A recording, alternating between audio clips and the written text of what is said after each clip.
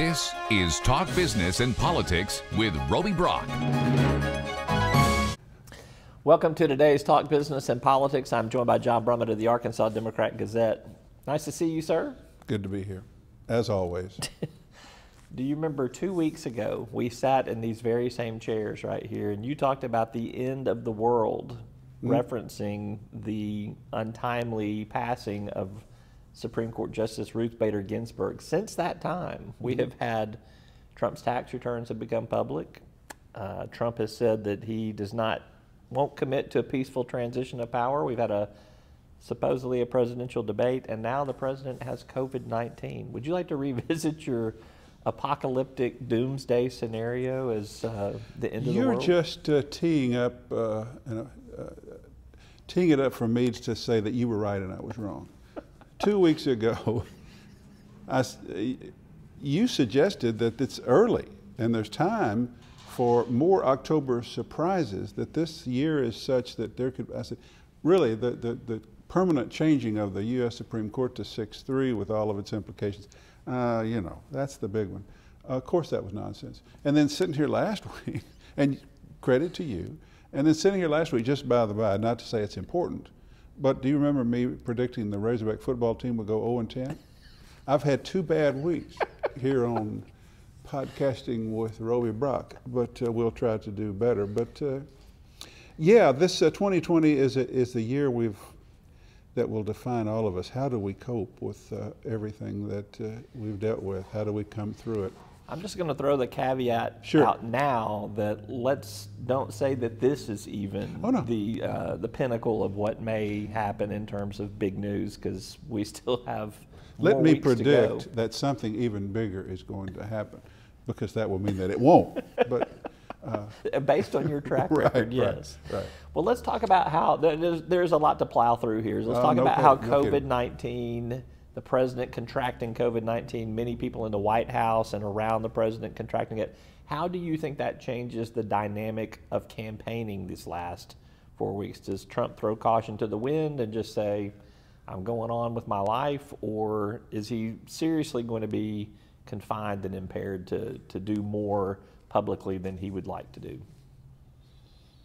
Gosh, that's like a question, and a good one, and I don't know the answer to that. And that's just, that has nothing to do with political insight, has nothing to do with psychology. It has to do with when will he be released from the hospital, under what circumstances, what influence can his doctors maintain over him, his track record, the history. And in a lot of respects, what we're going through with his illness is a microcosm of his entire presidency. The track record would suggest that he will invoke his power as commander-in-chief and have his doctors let him get out of the hospital so that he will look robust as possible, maybe with some steroid injection effect, and that he will go back, he wants to get back to work, and that he will get back out toward a semblance of his normalcy earlier than he ought to. That's the likeliest. I do think he'll put on a mask and tell people to wear masks. I mean, I just think he will, I'm not convinced of that. I know. We'll just have to wait and see. Yeah. Have to wait and see. Will he be recovered enough, and will the ones around him be recovered enough? When is the next presidential? A week or so. So really, still in sort of the quarantine time there. Do we have that? If he's on steroids and irritable in the next debate, can you tell, based on his last debate, whether he's irritable abnormally? We're just kind of, what an extraordinary circumstance. And in this position, I can't answer your question. I'm sitting here wildly curious about it, just as we all must be.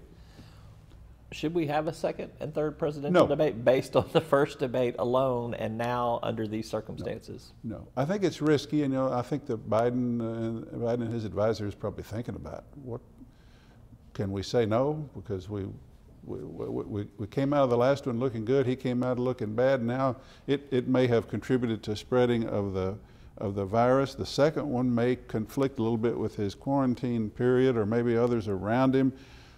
Could we get out of that? because I think the race is in good shape right now for Joe Biden, better shape than I thought it would be at this point, and it'd be to his advantage not to have to endure any threat of gaffe or meltdown caused by Trump's bullying. So, of course, Trump was pushing back on the next debates already because the Presidential Commission on Debates wanted to change the rules. But basically to say behave, I think, is basically what they wanted to do. Yeah. And he didn't want to go along with that. I would prefer, for the good of the country and the good of our political dialogue, that we not have any, frankly. This last one served no purpose other, I think, something kind of happened. Oh, really? A few voters out there said, wow, Trump's a wild man. What an offensive bully. I didn't know he was this bad. I was so afraid of the liberals. Maybe a little shift. There was a tiny bump in the polls in Biden's favor, but he already had a fairly he was 7 to 11 points ahead. There's one poll that has him, what, 14? Right. That's a little more than tiny. 14. I mean, 9 points is a landslide in the presidential race because so much is baked in already. I think Biden would certainly be better off if we had no further debates. I think public health would be better off, and I think the American citizenry would be better off by being spared the kind of political dialogue we had to endure a week ago. Honestly, I could make the argument, I'm not sure it helps Trump to do another debate either if it had the negative effect that the first debate had. So, I mean, there could be his choice would be more of the same, go all in on trying to get Joe to break down and cry or make a horrible gaffe because I'm going to browbeat him about his kid or whatever, everything, just talk over, or try to show a new, softer side of Trump, which is not his nature, which I don't think would do him any electoral good, even though some people might say, well, thank goodness he behaved better. I just really wish we didn't have to do two more. It would be wonderful. Well, we'll see what happens on that. Oh yeah, that's all we can say about that. So it has been described as the Faustian bargain between Republicans in the legislature, Republicans in general, acquiescing to Donald Trump as their president. They do have a potential third Supreme Court justice to place with Amy Coney Barrett. I'm pulling us back to Ruth Bader Ginsburg now, where we started 2 weeks ago. To the end of the world. How did the optics play out for the Republicans pushing forward with this Barrett nomination now under the guise of Republican senators have COVID-19? The president and his circle of influence have clearly got it, and it was, by all accounts, may have started at a press announcement to show off the new Supreme Court nominee. Well, I can only answer with my view, which is going to irritate the right wing, but I've done that before a time or two over these decades. The optics already were a loser. I said that from the beginning. More people think you shouldn't behave in a hypocritical way, contradicting your principle before to rush this through. It was the rushing was because it matters more to the conservative movement to have the permanency of a 6-3 advantage on the Supreme Court than to harm yourself in this campaign. And there was a thought that by shoring up that support, maybe it could be a political wash or somehow helpful. I thought it was a loser always, just the tactic of going forward. And this makes all of that has happened. Right now, the optics, I think, are horrible for Republicans. They're running around 2 or 3 more every day tweeting, I got it.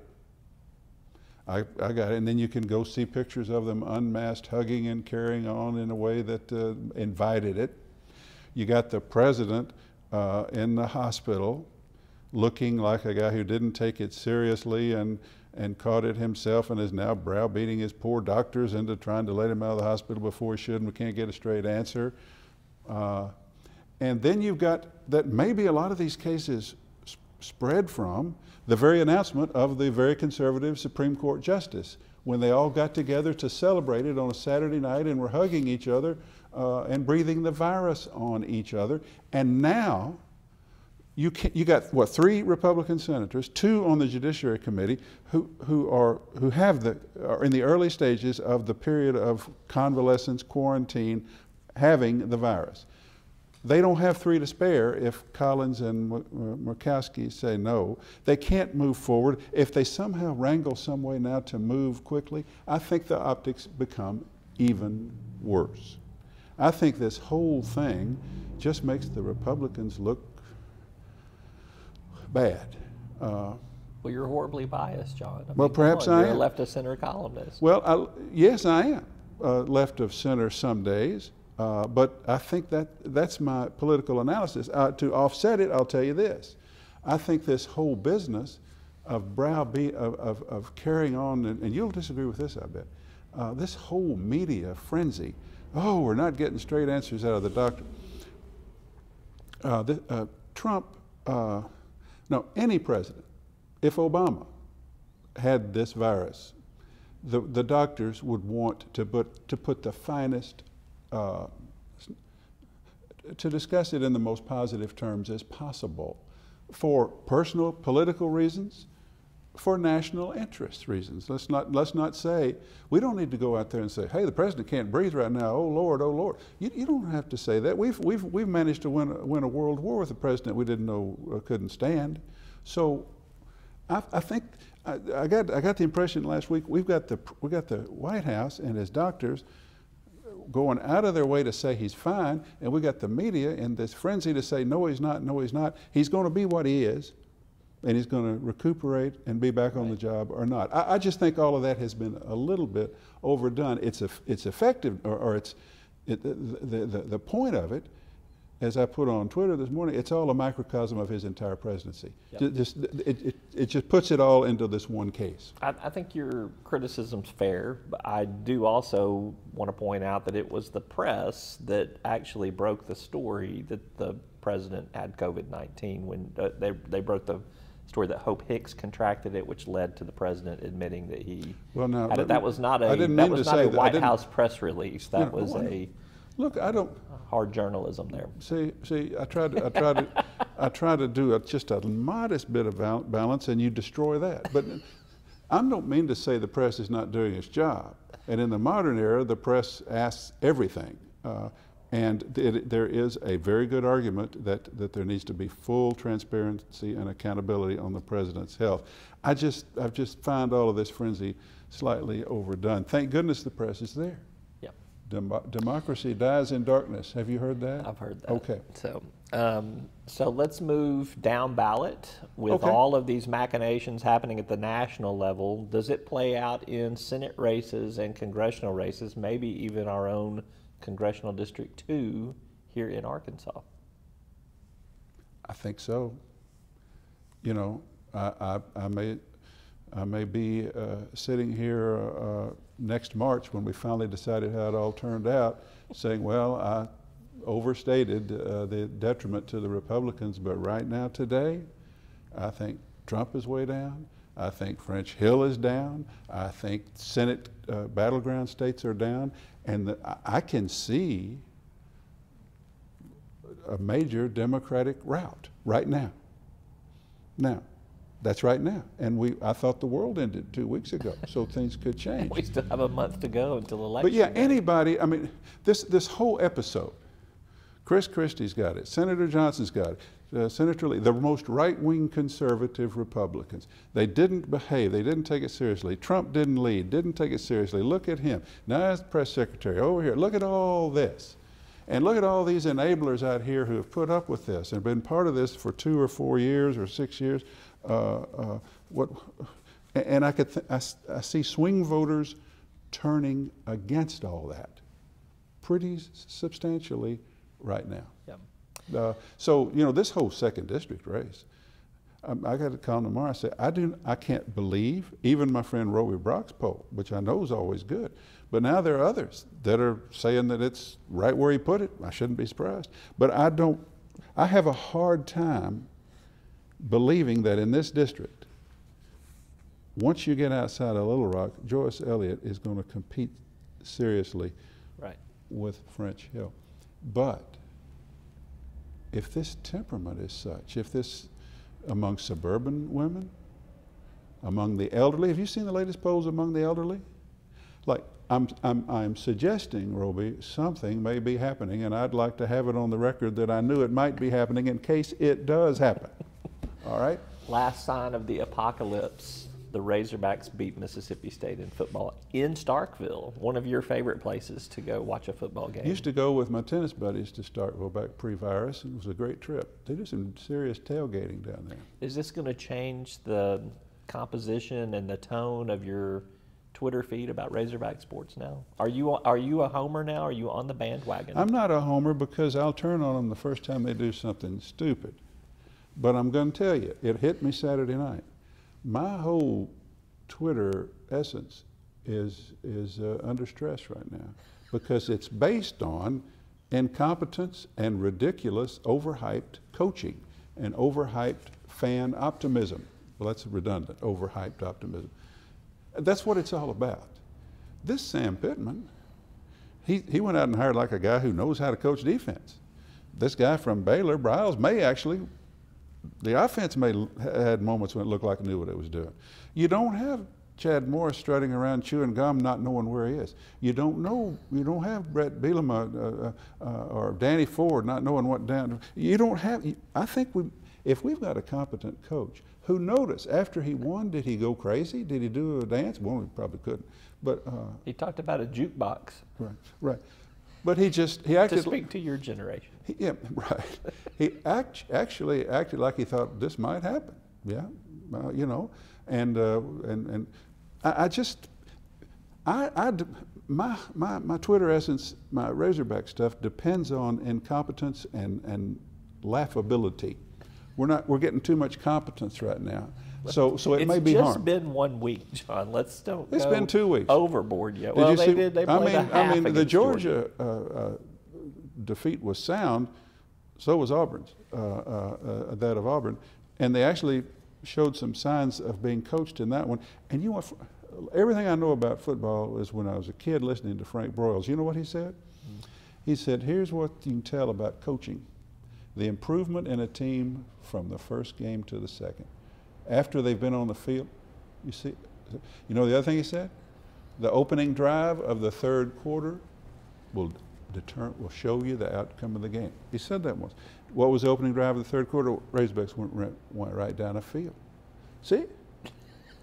The spirit of Frank is living today. Frank of the Ozarks, still alive. So I'm going to be a little more sanguine and a little more optimistic until they do something crazy and then I'll make a lot of fun. I can't lose. John Brummett with the Arkansas Democrat Gazette. It's always a pleasure. It's to visit great. With you. I'll see you next week. All right. All right. Thanks for tuning in. You'll find us at the end of a lot of long country roads, covering over 60% of the great state of Arkansas. Our 17 electric distribution cooperatives are working day and night to provide reliable, affordable power to over 500,000 homes, farms, and businesses, just like yours. The Electric Cooperatives of Arkansas, your local energy partners.